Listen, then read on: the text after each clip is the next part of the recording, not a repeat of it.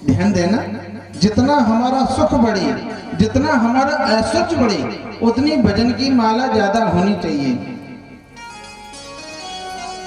और ऐसा ही हुआ, दैत्य लोगों की तो श्रद्धा जगी और देवताओं ने सोचा अमृत पिया है, अब हमें कोई मार तो सकता नहीं है। जो 2-4 माला जपते थे ना, वो भी छूट गई।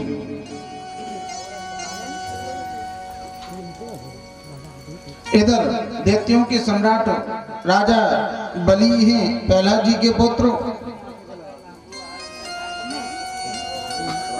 बलि ने गुरुदेव के चरणों में प्रणाम करके कहा, गुरुजी, शुक्राचार्य जी के चरणों में, गुरुजी, देवताओं ने तो अमृत पी लिया, अब हम उन्हें मार नहीं सकते।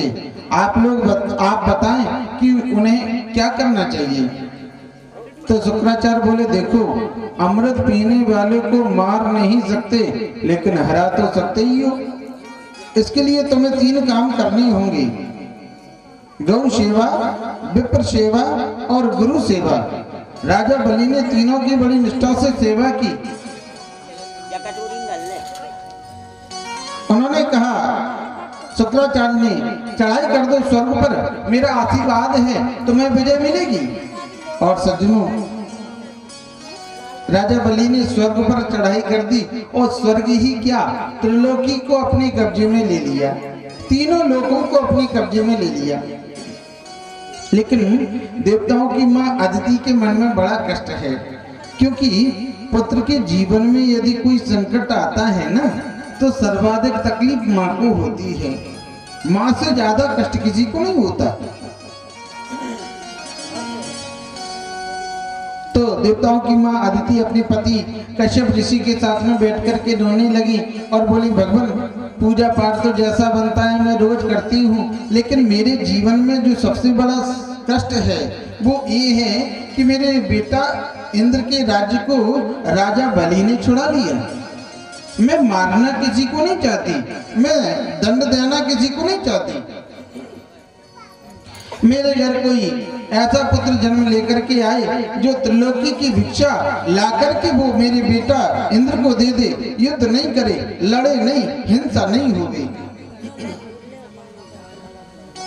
कश्यप ऋषि ने कहा, देवी,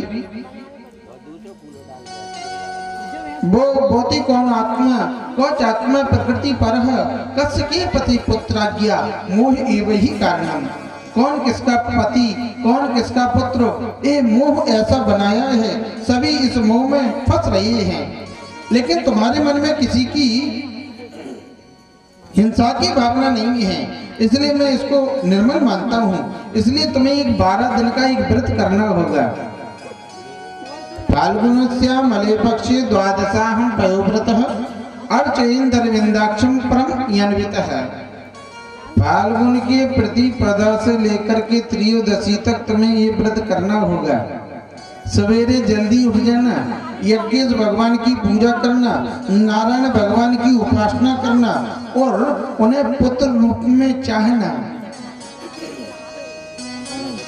उन्हें पुत्र रूप में चाहना, क्योंकि परमात्मा के प्रति जैसा भाव अपन प्रकट करते हैं ना, भगवान उसे पूर्ण कर देते हैं।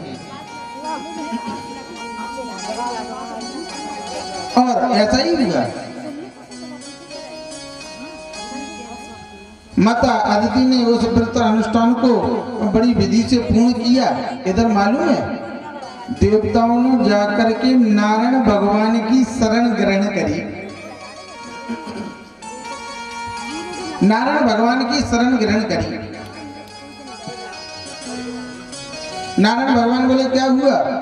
देवता लोग बोले, मारे मारे डोले भगवान, बड़ी तकलीफ में है, हमारे राज्य को राजा बलि ने छुड़ा लिया। तो मालूम है नारायण भगवान कन्हैया क्या बोले देवताओं से? देखो, इस समय दैत्यों के ऊपर गुरुजी की कृपा है, और गुरु मेहरबान तो चेला पहलवान। गुरुजी की जिस पर कृपा हो जाए उसका मैं कभी कुछ नहीं बिगाड़ सकता। हाँ, लेकिन आप लोग मेरी शरण में आए हो भैया, आपकी माता अदिति भी मेरा व्रत अनुष्ठान कर रही हैं, तो ये काम तो हो सकता है। मैं माता अदिति के घर पुत्र बन करके आऊं और त्रिलोकी की भिक्षा लाकर के वो तुमको दे दूं, ये तो संभव है, लेकिन मैं युद्ध में मैं भगवान होकर के भी राजा बलि को परास्त नहीं कर सकता। तो श्रवणायाम श्रवणश्वदादश्याम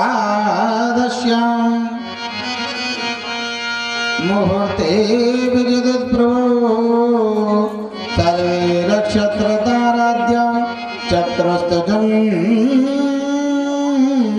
दक्षिणम। धीरे धीरे धीरे धीरे आया भादों का महीना। एक बात कहूं, ये भादों का महीना कुछ ज्यादा ही श्रेष्ठ हो गया है। हमारे कन्हैया का अवतार किस महीने में हुआ? भादों में। बलराम जी का अवतार किस महीने में हुआ? भादों में। योग माया का अवतार किस महीने में हुआ? भादों में। राधा रानी का अवतार किस महीने में हुआ? भादों में। और गणेश जी का अवतार किस महीने में हुआ? भादों में। राजा श्री परीक्षित को सुखदेव ने कथा किस महीने में सुनाई? भादों में। इसलिए वामन भगवान का अवतार भी हुआ भाद्रपद मास में। श्रवणायाम श्रवणस्व द्वादश्याम मुहूर्ते विजित प्रभु सर्वे नक्षत्र ताराद्या चक्रस्थ जन्म दक्षिणम। भादों के महीने की शुक्ल पक्ष की द्वादशी तिथि और दिन के ठीक 12 बजे माता अदिति के महल को मानो मेरे प्रभु ने मंदिर बना दिया। दसों दिशाएं प्रमदित हैं और नारायण भगवान वामन अंगुल के वामन भगवान बनकर के प्रकट हो गए। बोलिए वामन भगवान की जय। आहा, वामन भगवान की छोटे छोटे हाथ, छोटे छोटे पांव, बड़ा ही सुंदर मुखारबिंद,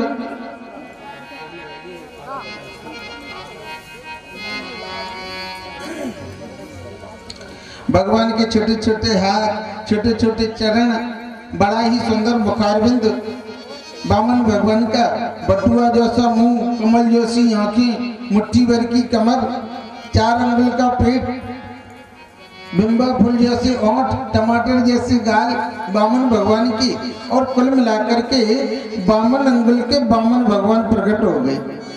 अब वामन भगवान की झांकी को देख करके समस्त देवता आए और वामन भगवान का बड़ी विधि से पूजन कर रही है, क्योंकि गोविंद के स्मरण मात्र से बिगड़ी बन जाती है।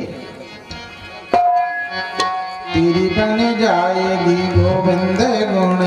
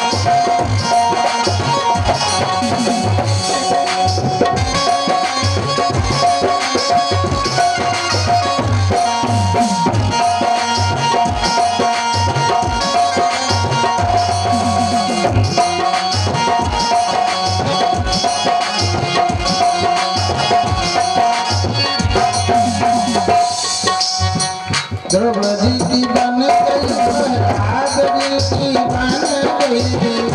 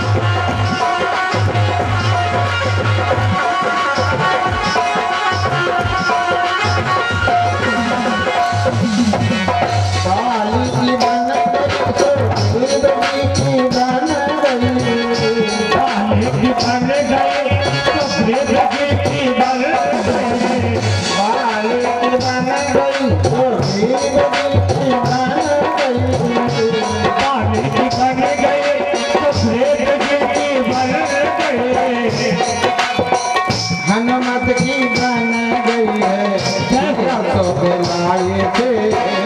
हनुमत की बन गई है सिया तो बुलाए थे। बन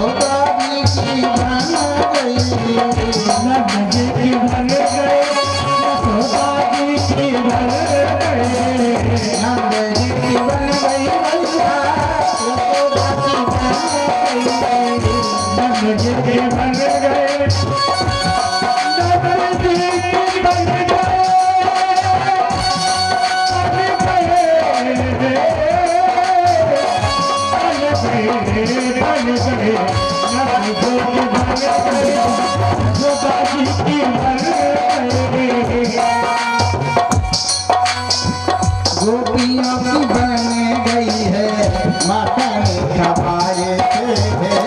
गोपियों की बन गई है माता ने खवाए थे। और हमारी तेरी बन जाए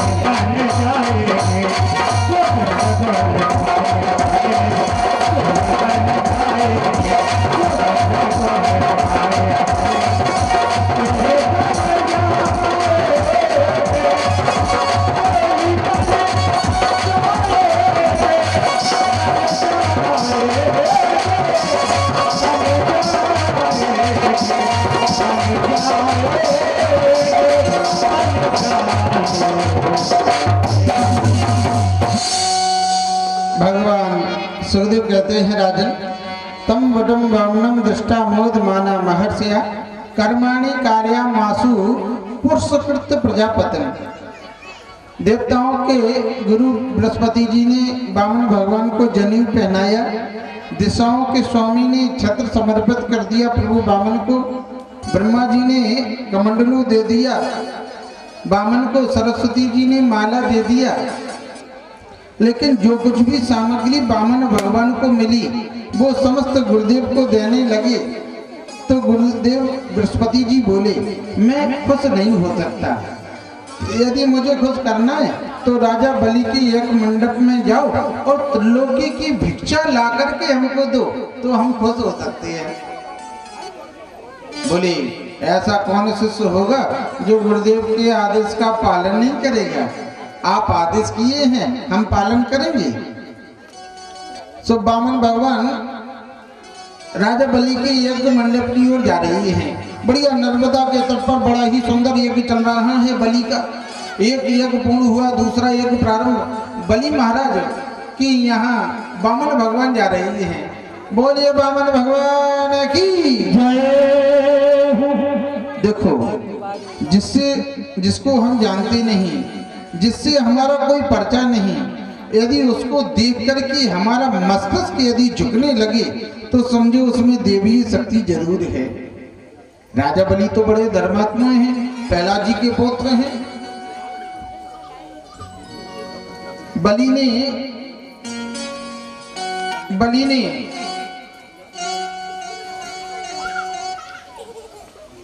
ने अपने गुरुदेव से कहा, वामन भगवान की झांकी को देख करके, देखना गुरुजी, मेरे यज्ञ मंडप में साक्षात सूर्य नारायण भगवान आ रहे हैं क्या? सो बोले, सूरज नहीं तो चंद्रमा तो जरूर होंगे, इतना तो सुंदर हमने भी पहले कभी नहीं देखा। शुक्राचार्य जी ने कहा, आपस में गुरु शिष्य आपस में ऐसी वार्ता कर रहे थे कि वामन भगवान वहीं पर पहुंच गए। अब वामन भगवान की झांकी को देख करके बलि महाराज बड़े प्रसन्न हुए और हाथ जोड़ करके बोले, स्वागतम ते नमस्तुभ्यम ब्रह्मणि किं कर्वामते ब्रह्मर्षीणां तपस्साक्षात् मन्ये त्वावपरधरम्। हे ब्राह्मण देवता, आपका स्वागत है, आपका स्वागत है। अग्नि पितृसिक्तम अग्नि पावितम कुलम अग्नि सुप्त कर्तव्यम यद भवान गतो ग्रहण। बलि ने वामन भगवान से कहा, आपकी झांकी को देख करके मुझे ऐसा लगता है कि आज मैं धन्य हो गया, मेरा खानदान पवित्र हो गया और मेरा यज्ञ भी संपन्न हो गया। अब वामन भगवान की झांकी को देख करके बलि महाराज बड़े प्रसन्न हुए और बोले, आप छोटे से हैं, कहां से आए? वामन भगवान ने कोई जवाब नहीं दिया। अरे आपके माता पिता कहाँ रहते हैं? वामन भगवान ने कोई जवाब नहीं दिया। तो शुक्राचार्य जी से पूछा, महाराज जी ये बोलते क्यों नहीं हैं? शुक्राचार्य बोले, दिख नहीं रहा, हाथ में माला चल रही है और माला जप रही है तो बोले कैसे? बलि महाराज की और श्रद्धा जग गई और बोले, आज मेरा बहुत बड़ा सद्भाग्य है महाराज। वामन भगवान से कहा बलि ने कि आपके चरण मेरे यज्ञ मंडप में पधारे। मेरा मन कहता है मैं आपको बहुत कुछ दे दूं, लेकिन मैं आपको कुछ दूं और वो आपके काम नहीं आवे तो देने का तो कोई मतलब नहीं हुआ। इसलिए आप अपने छोटे से मुख से बोलिए, क्या सेवा करूं आपकी? गाम कांचनम गुणवद्धाम निष्ठम मूर्तवा विप्रकन्याम समृद्धान स्वर्गान गजानवा। आपको 2-4 हजार गौ दान में दे दूं? वामन भगवान ने इशारा कर दिया। गाम कांचनम गुणवद्धाम निष्ठम, सोने का महल बनवा करके दान में दे दे। वामन भगवान ने इशारा कर दिया। विप्र कन्या, आपकी शादी नहीं हुई हो तो किसी विप्र कन्या से आपकी शादी करा दे, आप बोलो तो सही। बलि की बात को सुनकर के वामन भगवान बड़े प्रसन्न हुए और बोले राजन आपका नाम बलि है? बोले जी खूब पहचाना, मुझे बलि ही कहते हैं। वामन भगवान ने कहा अरे बलि तुम्हारे खानदान में तो सभी दानी हुए, तुम्हारे बाबा दानी, तुम्हारे पिता दानी, और तुम भी दान देने की बात करते हो, तो इसमें आश्चर्य क्या है? लेकिन क्षमा करना, मैं तुम्हारी इस कामना को पूर्ण नहीं कर सकता, क्योंकि ये भी पैसा मैंने दान लिया नहीं। और क्यों लूं दान? गुजर करे तो चाहिए क्या, मौज करे तो यही क्या। एक माताजी ने हमको माला दे दी, उसी से भजन कर लेते। एक माताजी ने हमको कमंडलू दे दिया, उसी से भिक्षा का और पानी का काम चल जाता है। एक माताजी ने चरण पादुका दे दी, खड़ाऊ दे दिए, पैर जलते तो खड़ाऊ पहन लेते। एक माताजी ने हमको छतरी दे दी, धूप लगती तो छतरी लगा लेते। और अकेला शरीर है तो अकेले शरीर के लिए मांगना क्या? तो बलि ने कहा आप अकेले हैं इसलिए लेना नहीं चाहते तो शादी कर लीजिए ना, मैं तो 2-4 ब्राह्मण की बेटियों की शादी अपनी तरफ से कराता हूँ, एक आपकी भी करा देंगे। वामन भगवान बोले देखो ये असंतोष ही काम को बिगाड़ता है। आज 5 गांव दे दोगे, फिर 50 की इच्छा होगी, फिर 500 की इच्छा होगी, फिर 5000 की इच्छा होगी, ये मन तो बढ़ता ही जाता है ना राजा। इसलिए मैंने अपनी कामनाओं पर स्टॉप लगा दिया। और तुम कहते हो कि विवाह कर लो तो दान ले लेना, तो ऐसा करो अब तुम दान बान बाद में ही देना, चलो पहला मेरा शादी ही कर दो, पहले मेरा विवाह ही कर दो। बोलो जय श्री कृष्ण। जय श्री कृष्ण। बलि बोले हाँ अभी तो आप छोटे से हैं गुरुजी, मुहूर्त निकालिए, कल ही किसी विप्र कन्या से इनकी शादी करा देंगे। वामन भगवान बोले शादी तो करा दोगे लेकिन सारी बातें पक्की कर लो। बोले कौन कौन सी बात?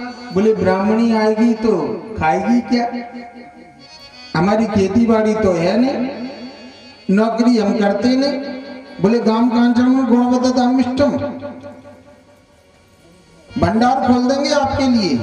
बोले तुम तो बहुत अच्छे हो, भंडार खोल दोगे, लेकिन एक बात बताओ ब्राह्मणी आएगी तो रहेगी कहाँ? मेरे पास में तो एक छाता है और कुछ है नहीं।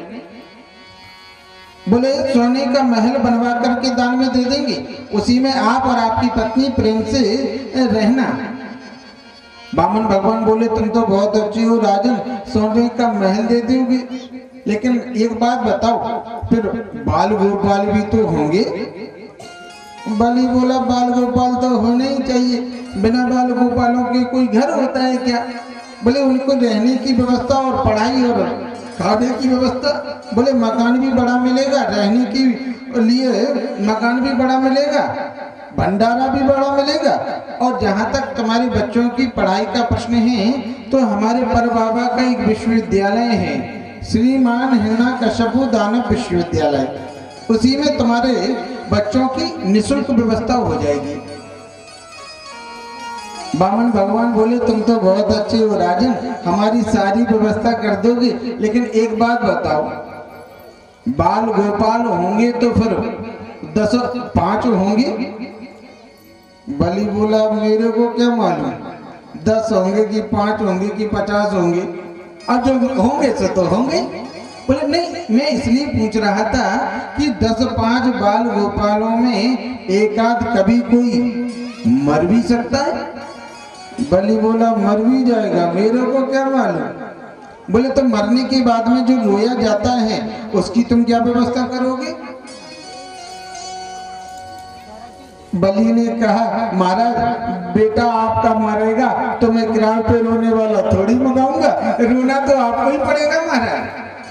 तो वामन भगवान ने कहा ऐसा काम ही अपन पहले क्यों करें जिससे बाद में रोना पड़े, क्योंकि शास्त्र कहते हैं प्रिय श्याम रोषति, जिसको तुम प्रिय बनाते हो वो एक दिन तुमको जरूर रुलाता है। इसलिए हमें तुमसे धन संपत्ति भी नहीं चाहिए, मकान भी नहीं चाहिए, संपत्ति भी नहीं चाहिए, विवाह भी नहीं करना, अपन तो अकेले ही ठीक है। अपन तो अकेले ही ठीक है। नहीं ठीक है, हम बता देंगे। बोले महाराज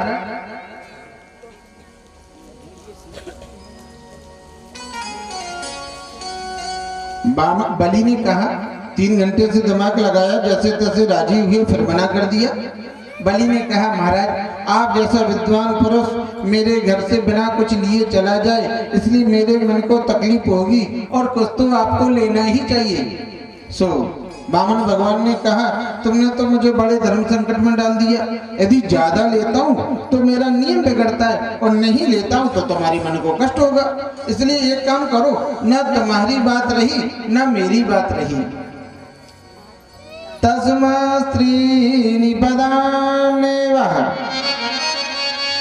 बड़ेतरवर दर्शवात् एतावदैव सिद्धोऽहं दत्तं यावृथा प्रयोजनम्।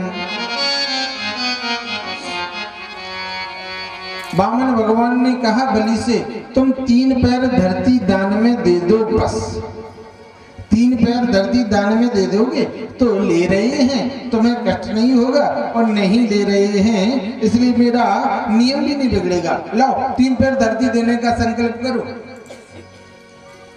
बलि महाराज इस बात को सुनकर बहुत जोर से हंस गए और बलि ने हंस करके कहा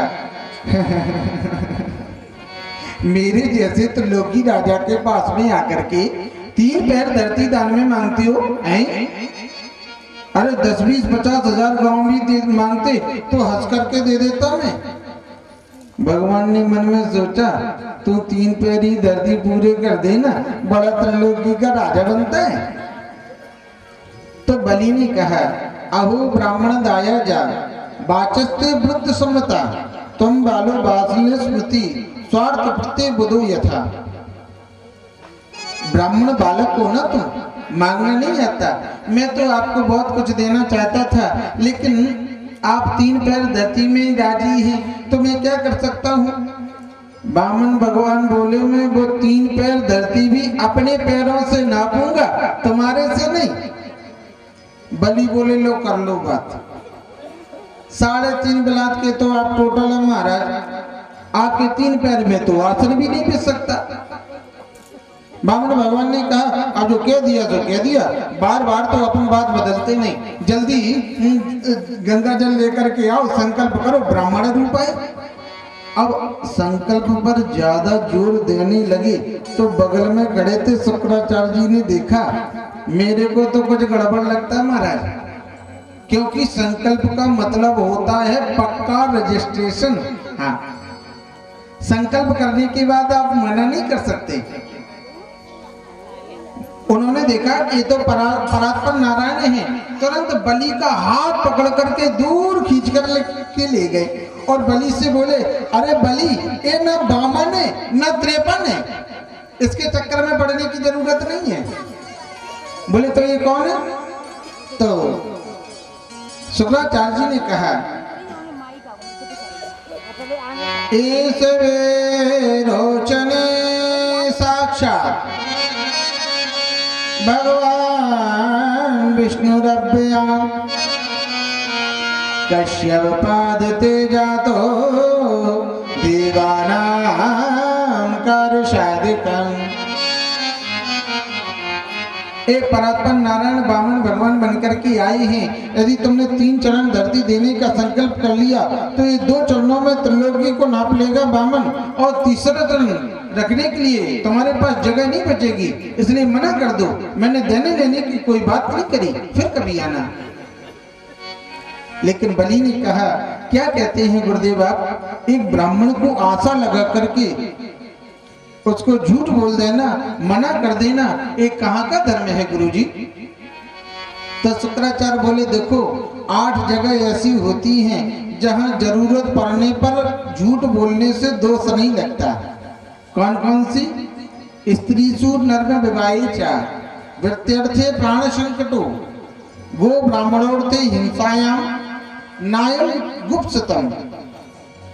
हमारे शास्त्र कहते हैं माताओं से यदि कोई गंभीर बात छुपानी पड़े तो झूठ बोलने से दोष नहीं लगता। हाँ, क्योंकि हमारी माताओं का हृदय इतना कोमल होता है ना, वो ज्यादा देर तक कोई भी बात को छुपा नहीं सकती अपने मन में। हाँ, अच्छा पहले बोलो जय श्री कृष्ण। एक बात कहूं, आपने अपनी पत्नी से कोई बात कह दी तो गलती नहीं की, लेकिन कहने के बाद यदि ये कह दिया कि ये किसी को बताना नहीं तो ज्यादा गलती कर दी। हाँ। सुनो, ये बात मैं तुमको बता रहा हूँ, तुम किसी से नहीं कहना। ना ना पतिदेव, मैं किसी से नहीं कहूंगी।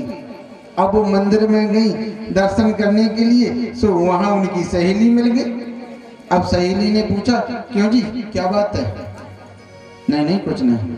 अरे बताओ ना क्या बात है? बोले सुनो, हमारे घर में ऐसी ऐसी बात हो गई। हे भगवान, मैंने तुमको बता तो दिया, तुम किसी से नहीं कहना।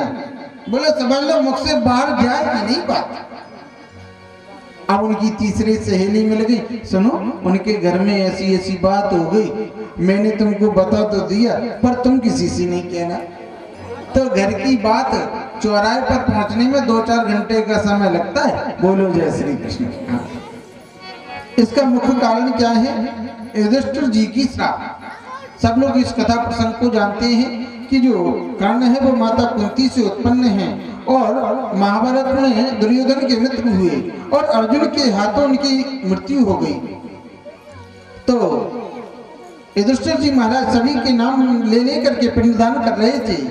दुर्योधन के नाम से, दुशासन के नाम से। बगल में माता कुंती खड़ी थी। उन्होंने कहा एक पिंडदान कर्ण के नाम से भी कर दो। उन्होंने कहा क्यों? कर्ण हमारी जाति का नहीं, हमारी बरादरी का नहीं, हमारे कुल का नहीं, हमारे खानदान का नहीं, उसका पिंडदान मैं कैसे कर सकता हूँ? तो कुंती ने कहा बेटा, कर्ण तो तुम्हारा खास बड़ा भाई था। विवाह से पहले मैंने सूरज को आमंत्रित किया था मंत्र परीक्षा के लिए। एक मंत्र की शक्ति से उत्पन्न हुआ था, लेकिन लोक लाज के भय से मैंने बेटा कर्ण को यमुना में बहा दिया।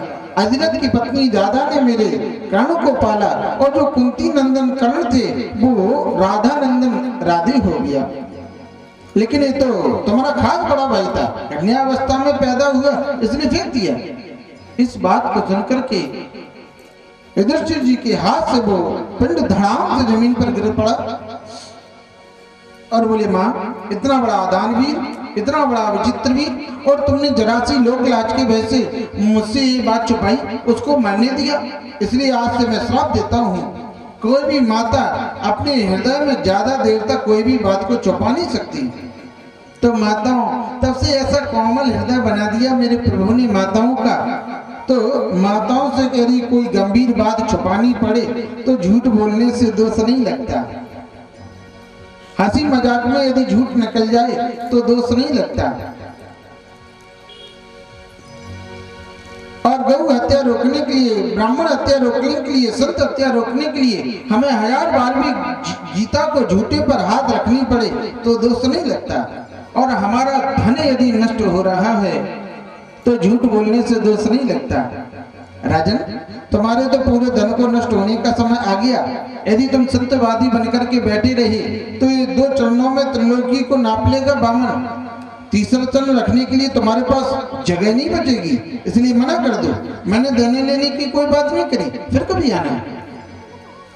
पर बाहर बलि ने कहा, क्या कहते हैं गुरुदेव आप, मेरे तो दोनों हाथों में लड्डू हैं।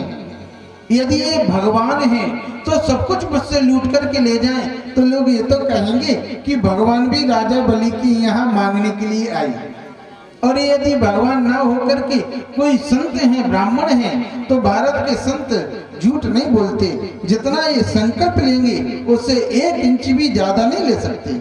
लेकिन क्षमा करें, आप हमें ऐसी शिक्षा ना देवें। विष्णु पुराण में तो लिखा है, जब संकल्प होने लगा ना तो शुक्राचार्य जी कमंडलू की नदी में आकर के बैठ गए। ना जल गिरेगा, ना संकल्प होगा, ना चीला लूटेगा। सो भगवान ने अपनी कुशा में से कुशा निकाली, जरा सी कमंडलू की नली में छुपाई, सो शुक्राचार्य जी की एक आंख बधार गई। हाँ, शायद भगवान ने शुक्राचार्य जी को बताया होगा कि एक नजर से देखने वाला गुरु श्रेष्ठ है, दो नजर से देखने वाला गुरु श्रेष्ठ नहीं है। वामन भगवान से कहा, प्रभु जहां भी आपको अच्छा लगे 3 पैर धरती नाप लो भगवान। मेरे प्रभु ने, वामन भगवान ने विराट रूप धारण कर लिया, हजारों करोड़ों किलोमीटर का मेरे प्रभु ने रूप धारण कर लिया। बोलिए विराट भगवान की जय हो। ब्रह्मा जी के लोक में एक चरण को नीचे के लोक में स्थापित किया और दूसरे चरण को इतना लंबा किया कि त्रिलोकी मध्य में आ गई। जामवंत जी ने कई प्रदक्षिणाएं कर ली। राजा बलि के सैनिक तो मारने के लिए दौड़े, इसने हमारे भगवान के, हमारे राजा के साथ में छल किया, सभी लोग मारने के लिए दौड़े। लेकिन बलि ने कहा, कोई कुछ नहीं कहेगा, ये हमारे भगवान हैं, ये हमारे अतिथि हैं, जैसा इनको अच्छा लगे वैसा ही करें। वामन भगवान ने 2 चरणों में त्रिलोकी को नाप लिया और बलि से कहा, क्यों त्रिलोकीनाथ जी बड़ा अभिमान में भर कर के कहते थे, मांगो जो चाहिए। तुमने 3 चरण धरती देने का संकल्प किया था, मैंने 2 चरणों में त्रिलोकी को नाप लिया, बताओ तीसरा चरण कहाँ रखें? और जो कहकर के वचन को पूर्ण नहीं करता वो दंड का अधिकारी होता है। तो गरुड़ ने आकर के बलि को बांध करके डाल दिया।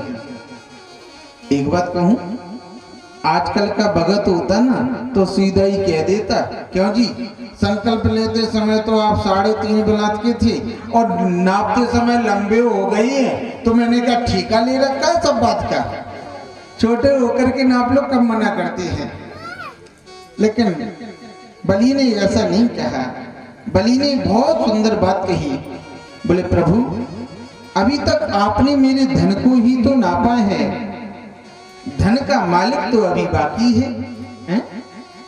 इतम सुलोक भवान मवेदितम बचो बलिकम सर्वरमन्यते करो इदम तन्न भवेद प्रलंबनम पदम तृतीय कुरु शीर्षम निजम। तीसरे चरण को मेरे सिर पर धारण करिए प्रभु। मैं किसी नरक में जाने से नहीं डरता, लेकिन ब्राह्मण को दिया हुआ मेरा वचन, संतों को दिया हुआ मेरा वचन झूठा ना हो जाए, इससे मुझे बड़ी तकलीफ होती है।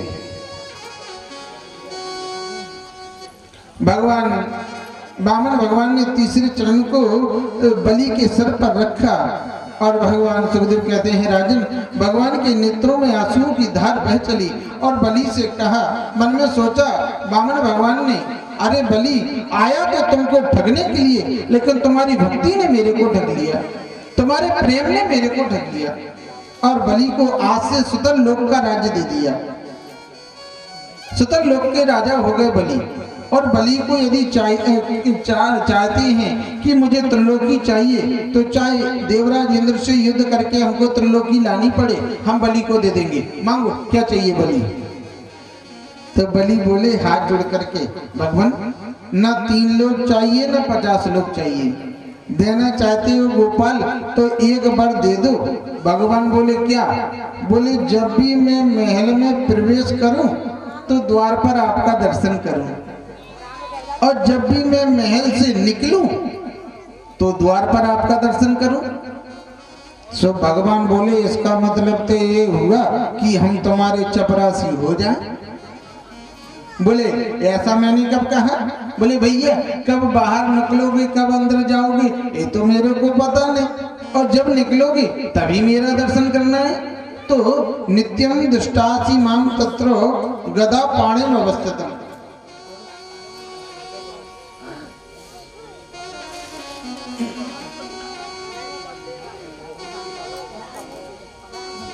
तुम नित्य ही अपने द्वार पर मेरा दर्शन करोगे। आज भी बलि के द्वार पर वामन भगवान है, नारायण रूप से चलोगे वैकुंठ, और वामन भगवान के रूप में बलि के द्वार पर हैं, क्योंकि परमात्मा तो केवल भाव के वश में है। सत्यव्रत की आकांक्षा की पूर्ति के लिए भगवान ने मत्स्य रूप धारण किया था, क्योंकि परमात्मा तो केवल भाव के वश में है। भाव के वश में भगवान, भाव के बस में भगवान, भाव नहीं सब साधन झूठो, बिरथा सकल विधान। पहले पारीक्षक जी से पूजन करवा दे।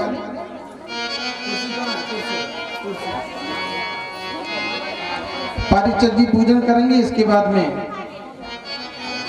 भाव के बस में भगवान, भाव नहीं सब साधन झूठो, बिरथा सकल विधान।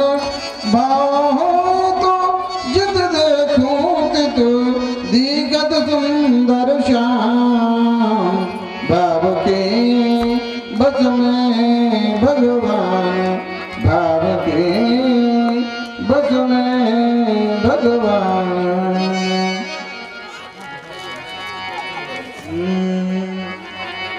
जय सिया राम, जय सिया राम, जय सिया राम, जय सिया राम।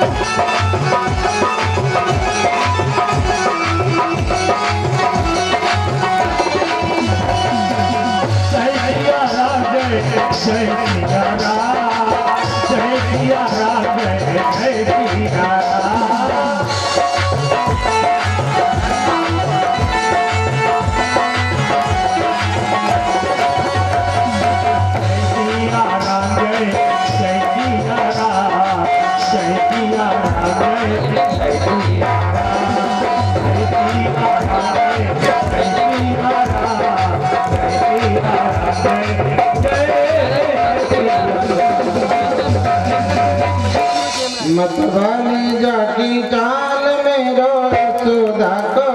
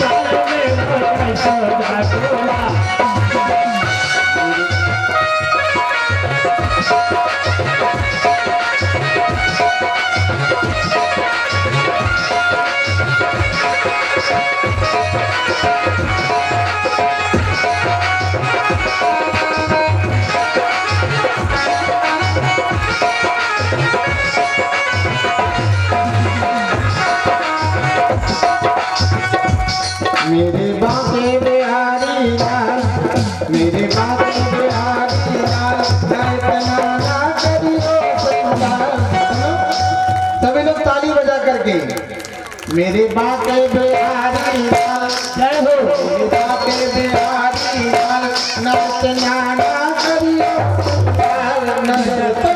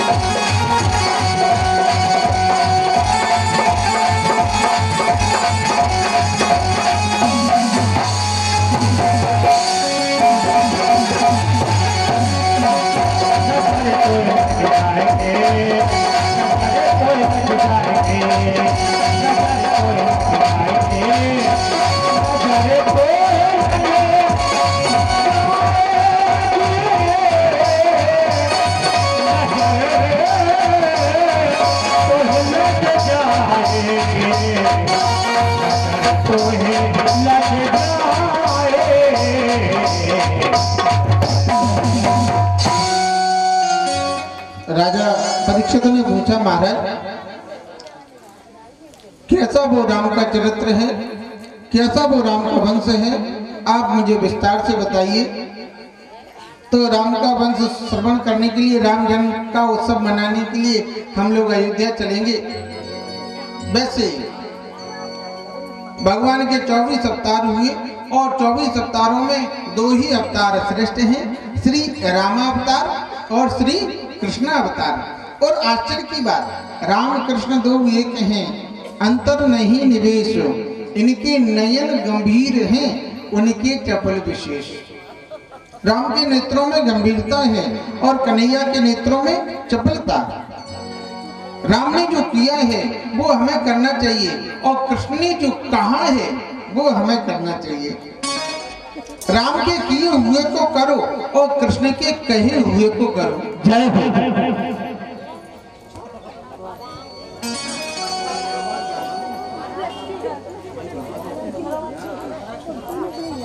इनकी थोड़ी सी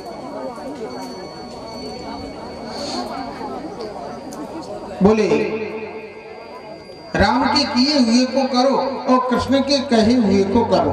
कैसा वो राम का चरित्र है, कैसा वो राम का वंश है, मैं आपको बताता हूँ। नारायण के बेटा ब्रह्मा हुए, ब्रह्मा के मरीचि हुए, मरीचि के बेटा सूर्य हुए, सूर्य के बेटा वैवस्वत मनु हुए। इसी वंश में आगे चल करके चमर ऋषि हुए, जिनकी बेटी सुकन्या का, इसी वंश में आगे चल करके सुकन्या हुई, जिनका विवाह चमन ऋषि से हुआ। इसी वंश में आगे चल करके नाभाग हुए, नवग हुए, नवग के बेटा नाभाग हुए और नाभाग के बेटा है अम्बरीश। अम्बरीशो महाभागा सतरे पतिम महिम। सारी पृथ्वी के सम्राट है अम्बरीश, लेकिन मन में जरा भी गुमान नहीं है, जरा भी अपमान नहीं है। शवई मना कृष्ण पदारविंदयो बचांसी वैकुंठ गुणानुवर्णने करो मंदिर जय हरिमार्जनादिषु सुतुम जगारच्युत्कथोदयी। भगवान के परम भक्त अम्बरीश जी महाराज इसी वंश में आगे चल करके युवनाश हुए, युवनाश के मानधाता हुए।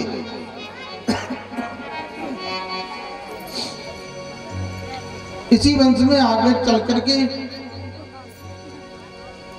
त्रिशंकु हुए, त्रिशंकु के यहाँ हरिश्चंद्र ने अवतार लिया, क्योंकि चंद्र तरही सूरज तरही तरही जगत व्यवहार पेदृण व्रत हरिश्चंद्र को करही न सत विचार। सत्यवादी हरिश्चंद्र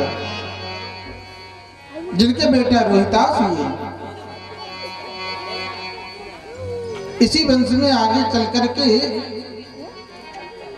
नहुस नाम के राजा हुए, उनके बेटा सगर हुए। सगर की 2 पत्नियां थी सज्जनों।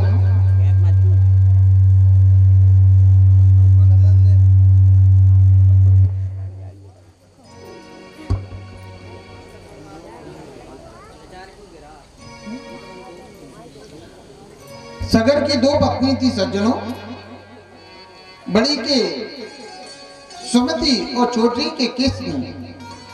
सुमति के कुछ मांस पिंड जन्म लिए और क्रोध में भर करके उसने 60,000 टुकड़े कर दिए। वो 60,000 के 60,000 बेटा बन गए। लेकिन बड़े ही उद्दम राजा का यज्ञ घोड़ा चुरा करके देवराज इंद्र ले गए। वो 60,000 के 60,000 ढूंढने के लिए गए। कपिल मुनि के आश्रम में पहुंचे तो सोचा कपिल मुनि को घोड़ा चुरा करके आए हैं, कपिल मुनि ही घोड़ा चुरा करके आए हैं, मारो काटो, ये घोड़ा चुरा करके आया। कपिल भगवान की आंखें खुल गई। 60,000 के 60,000 जल करके राख हो गई। किसनी के पुत्र हुआ असमंजस के बेटा अंशुमान गया कपिल के पास में और बोले महाराज आपके यहाँ हमारे चाचा लोगों का उद्धार कैसे हो? क्योंकि ब्राह्मण की क्रोधा अग्नि में जो जल करके भस्म होता है ना, उसका उद्धार शीघ्र नहीं हो सकता, उसका उद्धार शीघ्र नहीं हो सकता।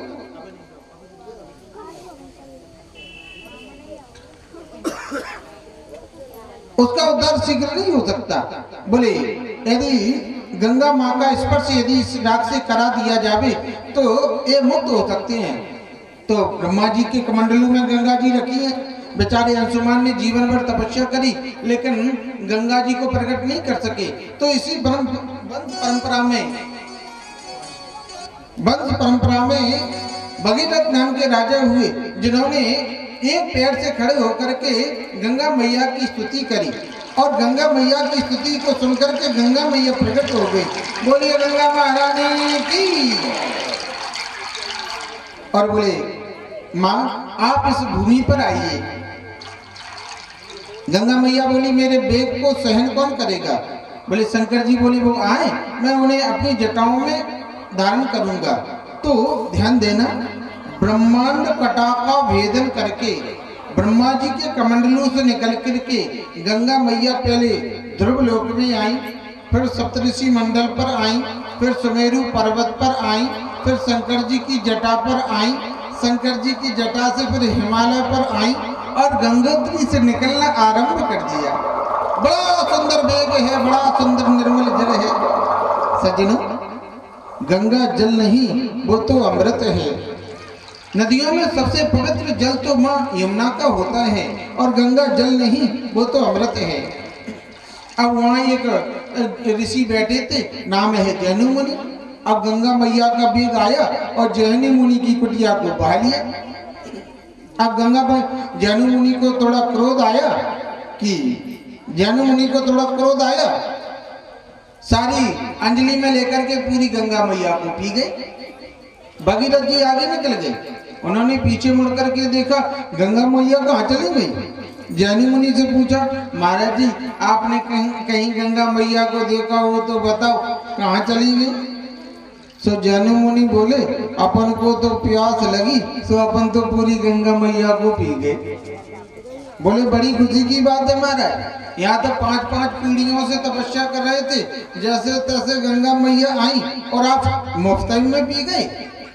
अब तो जैनु मुनि को थोड़ा चिंता हो गई, यदि गंगा जी को मुख से निकालूं तो उच्छिष्ट हो जाएंगे, फिर उच्छिष्ट गंगा से शिव अभिषेक कैसे होगा। इसलिए उन्होंने गंगा जी को अपनी पुत्री के रूप में माना और गंगा को फाड़ करके गंगा जी को प्रकट किया। सज्जनों, विष्णु के चरणों से निकलने से नाम है गंगा जी का विष्णुपदी। शंकर जी के जटा से निकलने से नाम है गंगा जी का जटा शंकरी और जैनु मुनि की जंगा को फाड़ करके निकलने से नाम है गंगा जी का जहन्वी। गंगा नाम तो इनका है ही। गंगा में स्नान करने का अवसर मिले, गंगा में आचमन का अवसर मिले, इससे बड़ा सौभाग्य तो कोई हो नहीं सकता। और मान लो हमें ऐसा अवसर नहीं मिल पाता तो लिखा है गंगे गंगे त्रिपुरात योजना नाम सतैरपी। 400 कोस की दूरी पर से भी हम 100 बार यदि गंगा गंगा गंगा गंगा गंगा गंगा नामोच्चारण कर लें तो एक बार गंगा स्नान करने का फल मिल जाता है, ऐसा लिखा है। ऐसा गंगा मैया का स्वभाव है, ऐसा गंगा मैया का स्वरूप है। आइए 2 मिनट हम लोग भी गंगा मैया को प्रणाम करें। आप लोग भी गाइए मेरे संग।